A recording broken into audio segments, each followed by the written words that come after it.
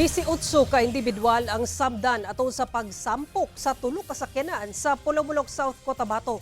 Ang karambola nakuhaan og video. Ani ang report ni Efren Mama.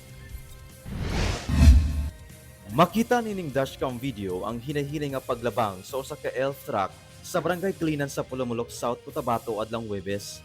Samtang makita ang usa ka puti nga shuttle van padulong sa direksyon sa paliko nga elf truck.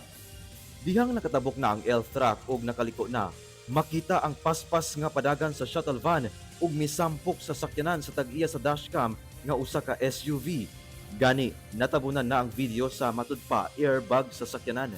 Sumala sa tag-iya sa dashcam nga si Ronald Velasquez nga mausay nagmaneho sa SUV niadtong tungura. Nasamdan siya sa mata atol sa disgrasya. Sa investigasyon sa Polomolok Municipal Police, gikan sa Tampakan, South Cotabato ang shuttle van nga dunay 17 kasakay nga lakip ang driver nga pulos taga Tampakan, South Cotabato. Nabangga ang van sa likod sa elf truck ug nga diretso ang van sa SUV. As per investigation po natin, yung vehicle 1 na sinasabi nating shuttle van, papalapit siya doon sa intersection, nagkulay doon sa vehicle 2, yung truck canter. Nag-left turn. Due to the impact, yung vehicle 1 was thrown off its path and collided with vehicle 3. So, nabangga niya yung vehicle 3. Tungod sa panghitabo, wasak ang atubangang bahin sa shuttle van. Guba sab ang atubangang bahin sa driver side sa SUV ug nalumping ang likod sa elf truck.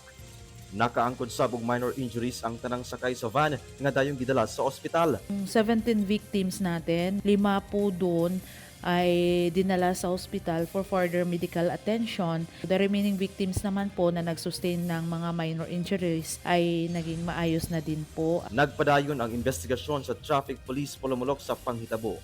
Ginakuwaan pa sa GMA Regional TV 1 Mindanao og pahayag ang driver sa nalambigit ka mga sakyanan.